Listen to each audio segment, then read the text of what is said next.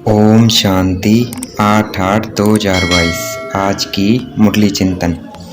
बाप आए हुए हैं क्या करने? ज्ञान योग से हमारा सच्चा श्रृंगार करने। और श्रृंगार को बिगाड़ने वाला कौन है? इस ज्ञान योग के श्रृंगार को बिगाड़ने वाला है देह अभिमान, बॉडी कॉन्शियसनेस।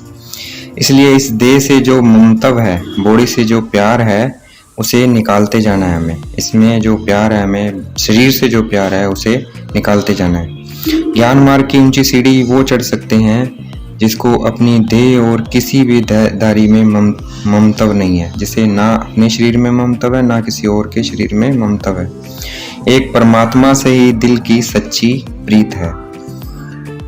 किसी के भी नाम रूप में नहीं फंसते हैं, वो ज्ञान मार्ग की ऊंची सीढ़ी चढ़ सकते हैं। हम ब्राह्मण ब्राह्मणियां शिव बाबा की रचना है। हम बाप से ब्रह्मा द्वारा सारे विश्व की बादशाही ले रहे हैं। हम पुरुषार्थ कर रहे हैं। हम कल्प कल्प बाप अर्थात शिव बाबा से वर्षा लेते हैं। सारे विश्व पर सिर्फ सूर्यवंशी लक्ष्मी नारायण का ही राज्य होता है, बाकी सब बाद में आते हैं। सिर्फ इस संगम युग पर ही हमें सारी सृष्टि की नॉलेज होती है, फिर यह नॉलेज गुम हो जाती है। अभी हम जानते हैं बेहद का बाप आया हुआ है, जिसको गीता का भगवान कहा जाता है। बाप को जानी जाननहार नॉलेजफुल इसलिए कहा जाता है क्योंकि वह सृष्टि के आदि मध्य अंत को जानते हैं, परंतु मनुष्य को यह नहीं पता है, सिर्फ नाम रख दिया है गॉड फादर इज नॉलेजफुल। जब हमें ज्ञान मिलता है तो भक्ति छूट जाती है। हम बेगुनी से गुणवान बन जाते हैं। बाप को समझने से और याद करने से हम कोई पाप नहीं करेंगे। बाप को समझने से और याद करने से हम कोई पाप नहीं करेंगे, इसलिए बाप को बहुत याद करना है। हम ब्रह्मा मुखवंशावली ब्राह्मणों को कोई भी तमो प्रधान चीज नहीं खानी है। मनुष्य तीर्थों पर जाते हैं तो कोई बैंगन छोड़ता है, कोई मांस छोड़ता है, परंतु यहाँ शिव बाबा को हमें 5 विकारों का दान देना है। शिव बाबा हमें ब्रह्मा द्वारा ब्राह्मण बनाते हैं। पहले शिव बाबा के बच्चे बनते हैं, तब समझ मिलती है कि हमें दादे का वर्षा मिल रहा है ब्रह्मा द्वारा। बाबा से मोहब्बत रखने से ही हमारी सब आशाएं पूरी हो जाती है।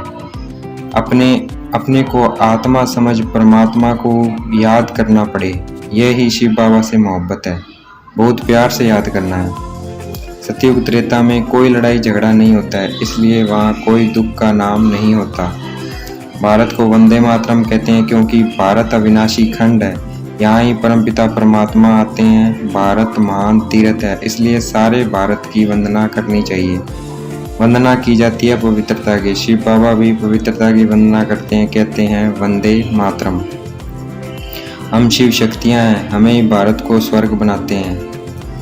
ईश्वर भारत में ही आकर शरीर में प्रवेश करते हैं, जिसको भागीरथ नंदीगण कहा जाता है। मनुष्य ने नंदीगण नाम सुनकर जानवर रख दिया है। नंदीगण जानवर नहीं है, ब्रह्मा बाबा हैं। हम राज ऋषि हैं, घर बार में रहते पवित्र रहते हैं। जो 1-2 के नाम रूप में फंसते हैं, उनको शिव बाबा कभी याद नहीं पड़ेंगे। जो नाम रूप में फंसते हैं, उनसे औरों का तो कल्याण हो जाएगा, परंतु खुद का अकल्याण कर बैठते हैं। उनका खुद का कल्याण नहीं होगा। देह का भान छूटने से हम हल्के हो जाएंगे। जैसे ही हम अपने बॉडी कॉन्शियसनेस को छोड़ देंगे और ये सोचेंगे I am not a body, I am soul, तो हम हल्के हो जाएंगे। बाप की याद में हम कितना भी पैदल करते जाएंगे तो थकावट नहीं होगी। शरीर का भान छूटने से हम हवा मिसल उड़ते रहेंगे। आज की मुरली का वरदान। माया की बड़ी बात को भी छोटा बनाकर पार करने वाले निश्चय बुद्धि विजयी भव। बड़ी बड़ी बातों को भी छोटा बनाकर पार करने वाले निश्चय बुद्धि विजयी भव। माया की कितनी बड़ी बात आ जाए, इसे छोटा बना के पार करने वाले निश्चय बुद्धि विजयी भव है। जो निश्चय है जिनको परमात्मा में, वही बड़ी बड़ी बातों को छोटा बनाकर पार कर सकते हैं। आज की मुरली का स्लोगन। वरदाता को अपना सच्चा साथी बना लो तो वरदानों से झोली भर जाएगी। वरदाता कौन? परमात्मा को अपना सच्चा साथी बना लो तो वरदानों से झोली भर जाएगी। अच्छा, ओम शांति। शुक्रिया मीठे बाबा, शुक्रिया।